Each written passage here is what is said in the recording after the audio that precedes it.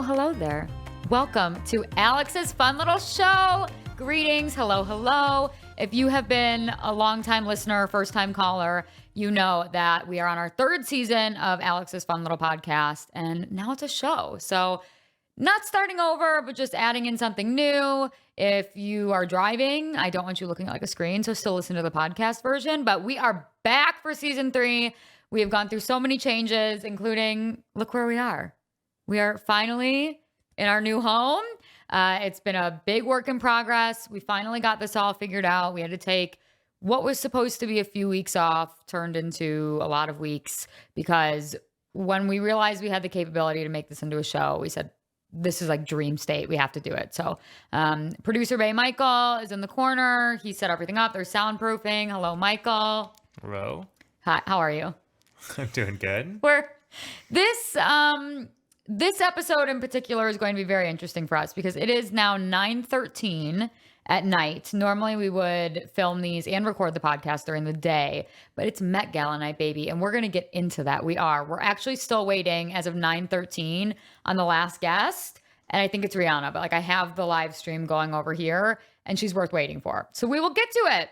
Said a lot has changed. We are loving living in our new home, our new neighborhood, this new setup, and I'm just hoping that this show is everything we want it to be. Now, normally during the show, I would do a couple segments. We have a news segment, we have our daily dance, but today we are getting right into the Met Gala because there's so much to cover. I have so many thoughts. I'm already sweating. I'm usually sweating, but what are you going to do about it?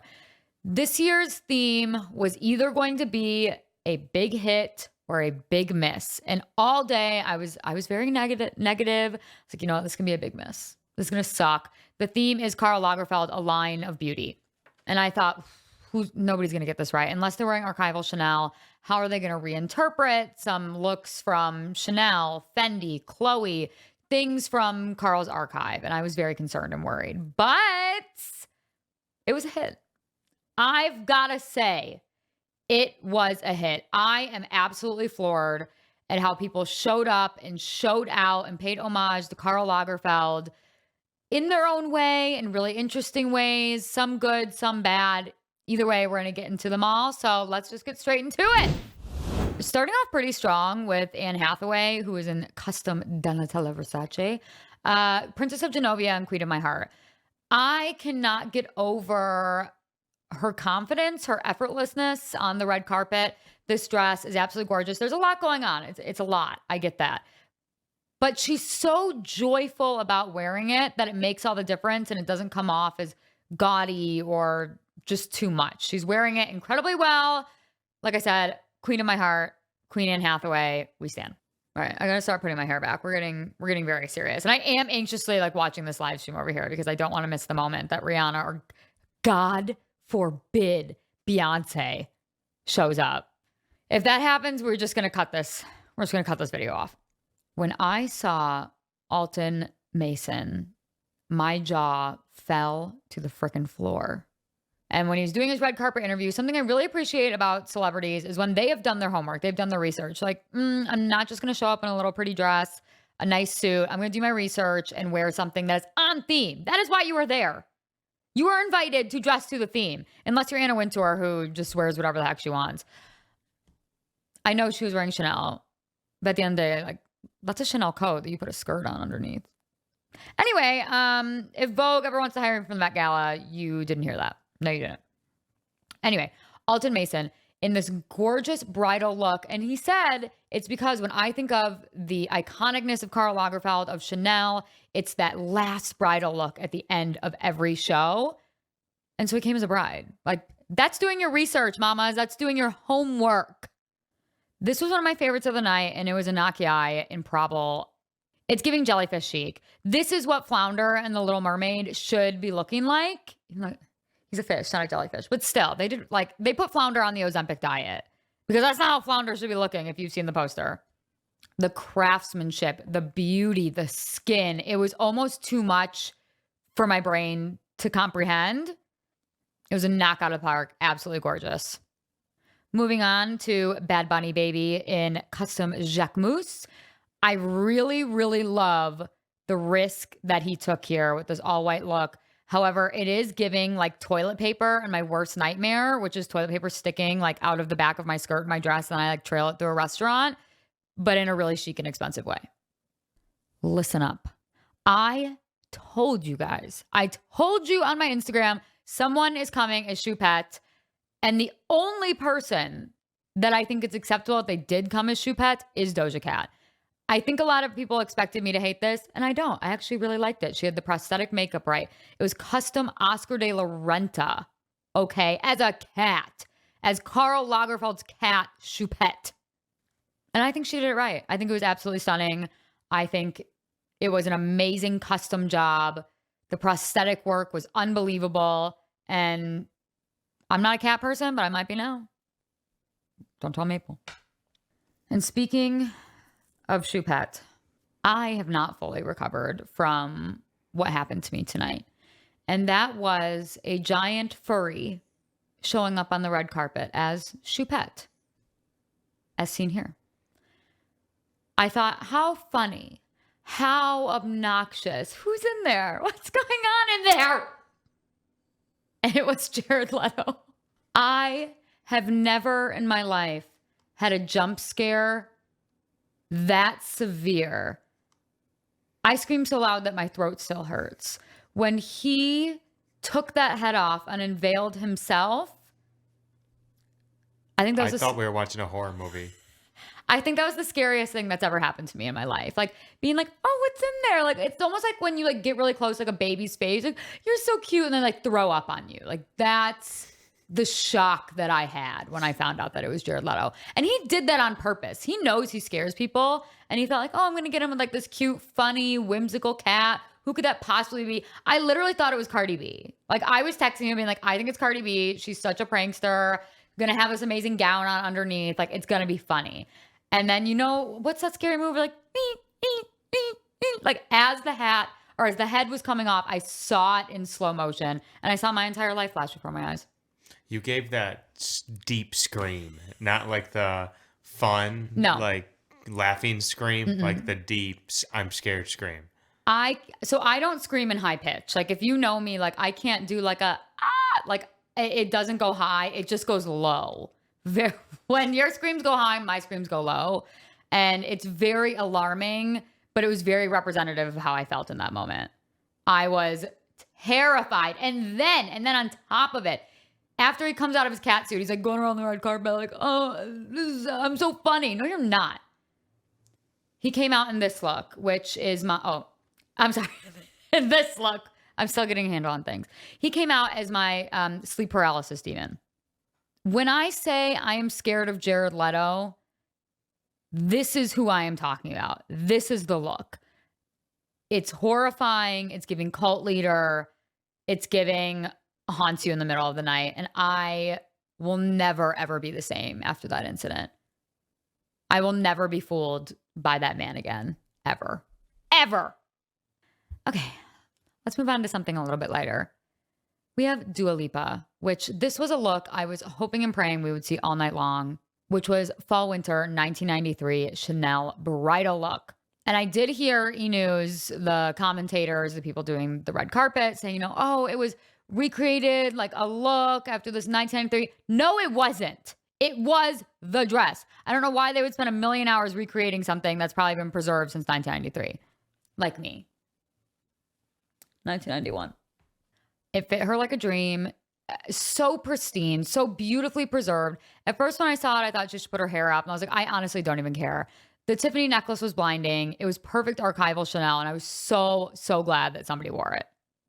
I'm a little bit concerned because the Vogue live stream just ended and like nobody came.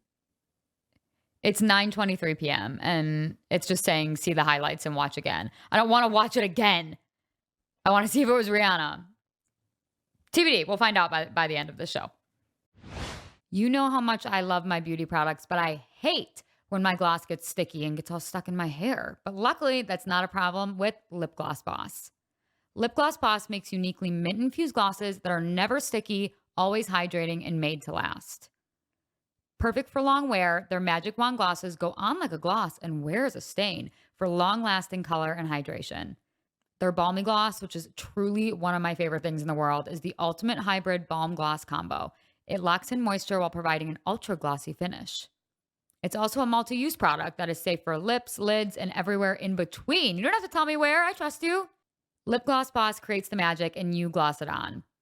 Get yours at lipglossboss.com and use code FUNLITTLEGLOSS for 20% off your order.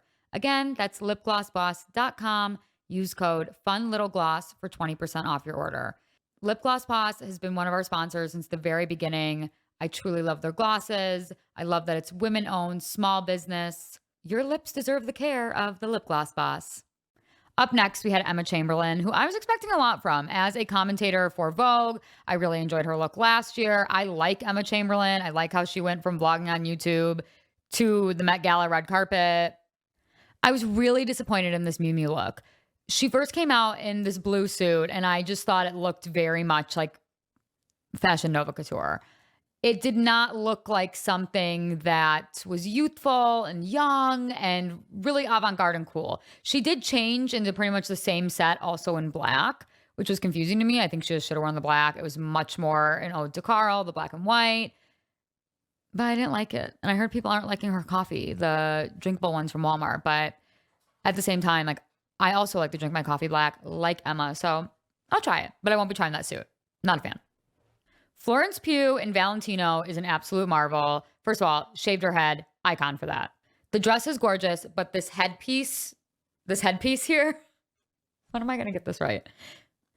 The headpiece is gorgeous. It's a work of art. I also think it was a repellent because Olivia Wilde was on the carpet a few steps back. Rita Ora in Prabal Gurung was absolutely gorgeous, but it was the nails that absolutely took me out. She cannot eat. She cannot go to the bathroom. There are many things she can't do with those nails, but I appreciate the sacrifice because I do think they are an absolute work of art. Penelope Cruz wore Spring Summer Archival 1988 Chanel. And let me tell you, this is exactly what I thought I looked like at my first communion. But this is actually what I looked like. It's the same. I think it's the same. Giselle wore a gown that she actually wore for a 2004 editorial with Chanel with Karl Lagerfeld, which I think is such an amazing homage. Like, yes, recycle your look, wear something that you've worn before, and just goes to show you, look at what it looks like when you drop a bad man. I can't say that Tom Brady's bad. I don't know him personally, but I just gotta say she seems really happy and healthy as of late. Michael, do you know any tea on like Tom Brady? Do people like him? I mean, I like him. Do you like him? I think sports fans like him. I think I'm just like on Giselle's side. Like, you know, women standing by women. Like, I think I just am. I think it was in really poor taste. Like, no, I'm going to retire. Are there sides? I didn't know there were sides. There's always sides. In a divorce, there's always sides. Oh, I haven't really thought about Giselle. But I like as a Tom Brady. child of divorce, there are sides. Yeah, I didn't know this was like even debated. It is now. I think I just made it up. I do think, like I said, it's absolute garbage. Like, no, I'm going to retire, spend time with you and the kids. Like, we're going to have our life together and then unretire just to go play and lose. Like, not even make it to the playoffs. Is that right? Am I right on that? Yeah, he didn't make the playoffs. Yeah, he didn't make the playoffs. And then retire again, and now he's doing Hertz commercials. She won. Janelle Monáe, the creativity, the drama, the camp of it. For me, this is what the Met Gala is all about, is pushing the bounds of fashion creativity. If you just show up in a nice gown, you're like, well, I wore a pretty gown. That is not enough, and I don't care what anybody else says. This really beautiful avant-garde, like wire coat, which she took off to reveal another look. It was pure Met for me. It also kind of looks like when I go to the movie theater and I'm trying to sneak in like a bunch of snacks, but much chicer than that. Oh, Jeremy. This look to me is more cringe than the speech he gave at the Living Plus product reveal in last night's episode of Succession. As Shiv Roy would say, da fuck. Speaking of da fuck, J-Lo. So it's rumored that they can't get a musician to play at King Charles' coronation because everybody, speaking of teams, is Team Diana, as am I. As are you, Michael, right? I am Team Diana. Thank you. Are there teams here too? Oh, there's definitely teams, and everybody's Team Diana. If you're not Team Diana, then you're just Camilla. I'll jump on the bandwagon. Very smart. So they can't seem to find a singer for the coronation. And I think this is J-Lo's audition. And she said, guys, I'm available. I can come to London. These are the kind of looks I can serve. And I can sing Jenny from the Block. I can sing My Love Don't Cost a Thing. We could do a screening of Enough afterwards. She is putting in the work. And I respect that. Key is still going strong. It doesn't matter if the Oscar season is over. Permanently embedded into the fashion scene, the entertainment scene, and we are all better because of it. And I love this look. He is having the most fun on the carpet, and I love this interpretation. I think it's so fun with the gloves that he was into. He's doing the posing. America's sweetheart. Sorry, Reese Witherspoon. You had your time. Every time she steps onto the carpet, I step one step closer into retirement of doing fashion reviews, because Kristen Stewart, why? I have the most hopes for her always. I love her look. I think she's so stunning, so beautiful, can wear anything. And I was so looking forward to like an amazing suit look. And we got a suit. We got a suit. Just the proportions are just so off, and not even in like an avant-garde way. I just found this to be so ill-fitting, especially because Kristen was such a muse of Carl's that this felt very, very underwhelming for what I hoped it would be. I can't say any more than that, because if I speak, this is going to be a one-time show. Speaking of one-time show, I mean, one-man show.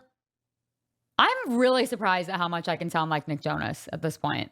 I think it's pretty believable. Nick was there. He looked fine. I'm a Joe girl now. Kim Kardashian was in custom Schiaparelli. And listen, I love Schiaparelli. I think what they're doing is so incredible. Absolute works of art. This was not my favorite. I can appreciate the artistry. I'm sure this took countless hours and fittings. But to me, at the end of the day, we didn't need the shapewear element. I get very exhausted of celebrities compromising artistry or just fun, or not even celebrities. Let's go on a tangent. It's my show and I can rant if I want to, I think, for like 30 more seconds. It is getting very late. We should not be sacrificing the fun of fashion for the sake of looking snatched all the time. If you want to like be snatched, wear it, sure, that's your thing, have fun. But I think a lot of times we sacrifice exploring different proportions and exploring different materials and garments for the sake of just looking snatched. And like, I'm very exhausted of it. And I think that was an example here tonight. I think she could have really had a moment. She's had them before. Even if I'm not a big Kardashian fan, I can give them credit where credit is due. Which is why I will also not be giving credit to Kylie Jenner tonight. I don't understand the theme she thinks tonight was.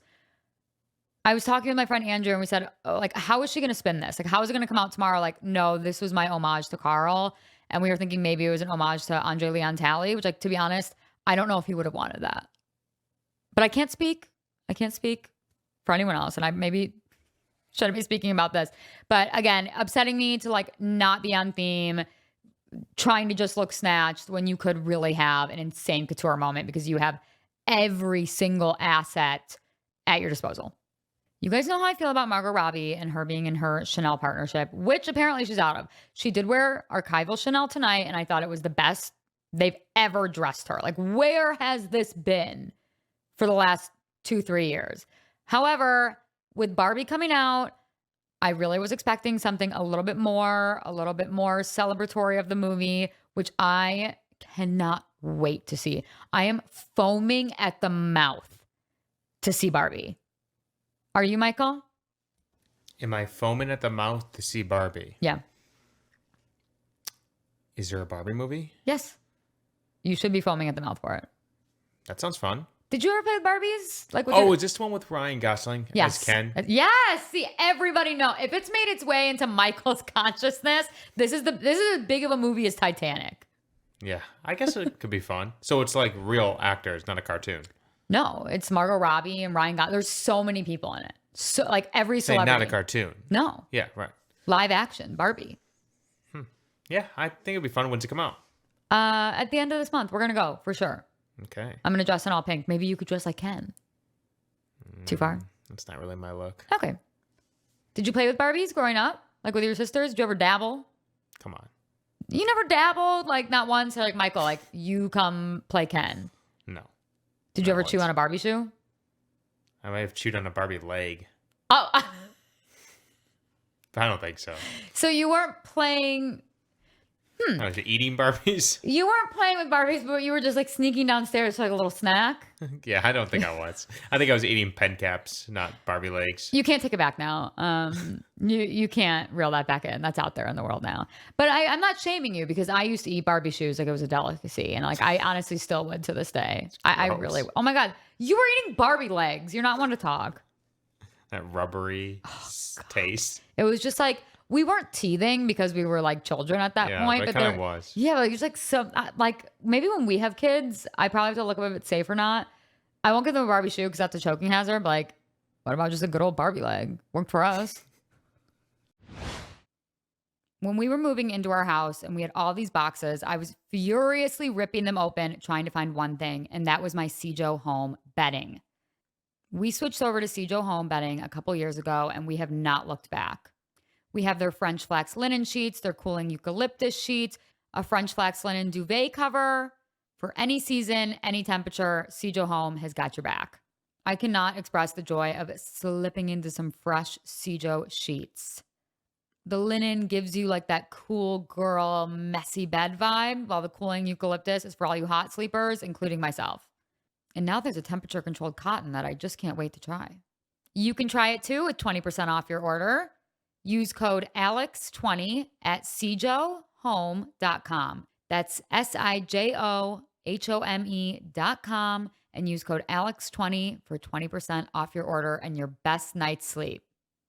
Very pleasantly surprised by Maya Hawke in Prada. It's giving popcorn ceiling, but like almost like you remodeled your house and got all the popcorn ceiling off and then made it into something really beautiful and sustainable. And I love that. I think this next one is my best dress of the night.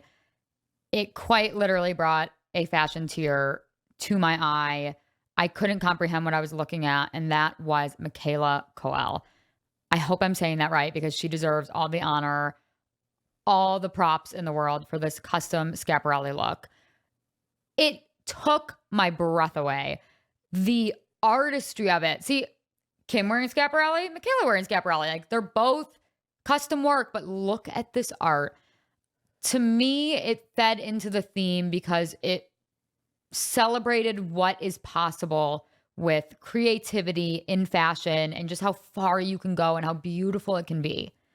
She said it took over 3,800 hours to complete. How many days is that? Let me get out my little calculator. So if there's 24 hours in a day, so 3,800 divided by 24? Yeah.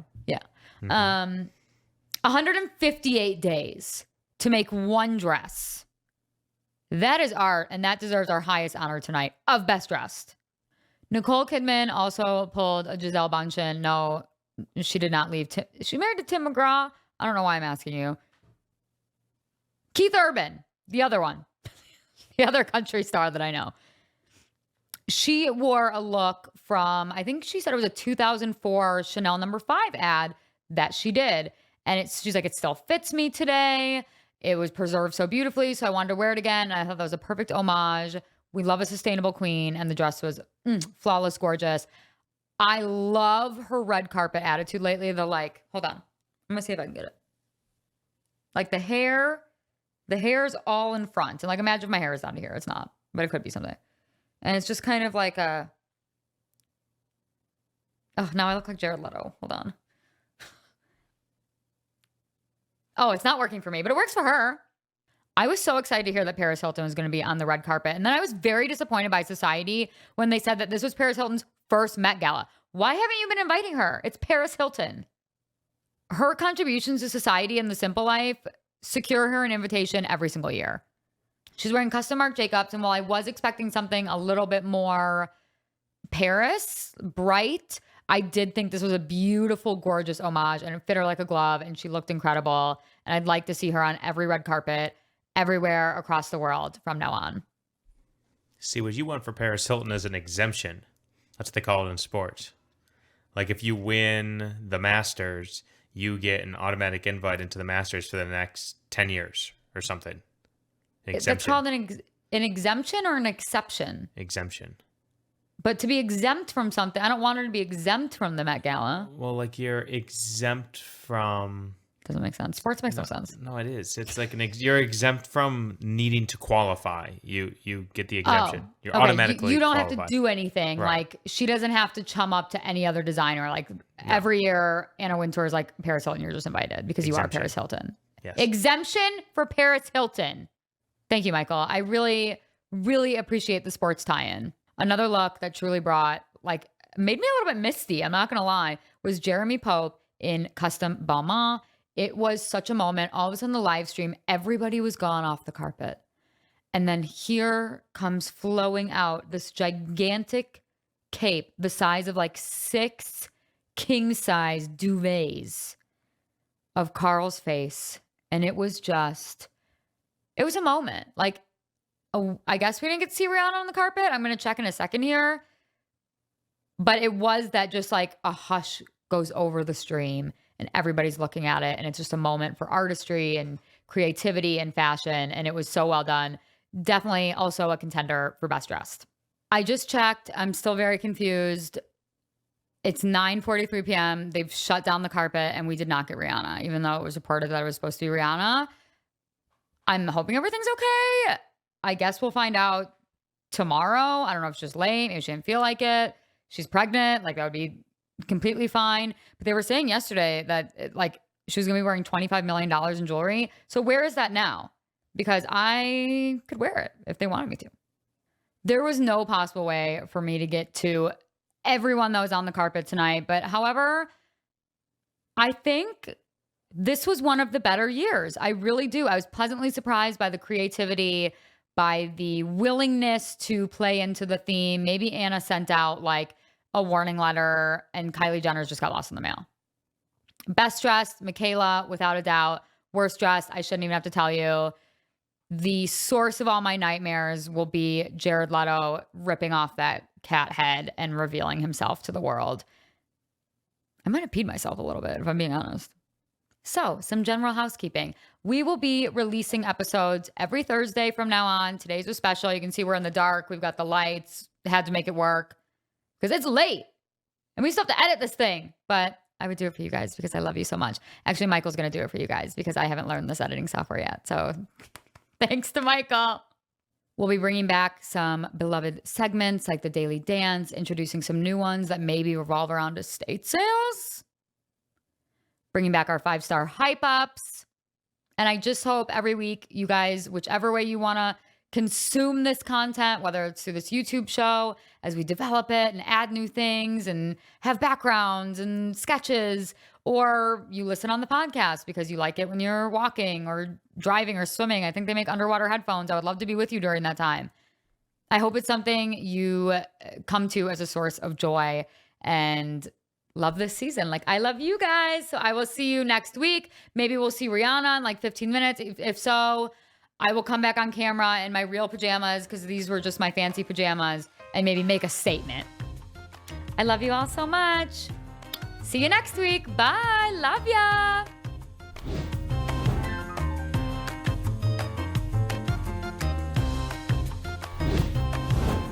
Oh, we're back. Rihanna showed up. I think the carpet's closed. I think it's after hours. I think they've turned out the lights. I think they've started mopping the carpet. But she looks amazing in Fendi 1997 couture. And as Rihanna does, she can be as late as she wants. She can wear whatever she wants because she's Rihanna. And she'll always reign supreme. And it's the only person I will let keep me up this late past my bedtime. Love you, girl, and love ya. Bye.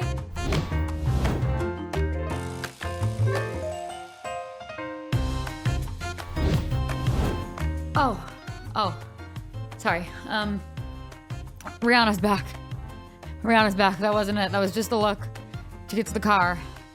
Now she's on the Met Gala steps at 10:22 p.m. wearing this gorgeous white, fluffy flower thing. I'm out of words. It's bedtime. It's giving Grimace in the best way. And thank you, Rihanna, for this fashion moment. Love ya. Good night.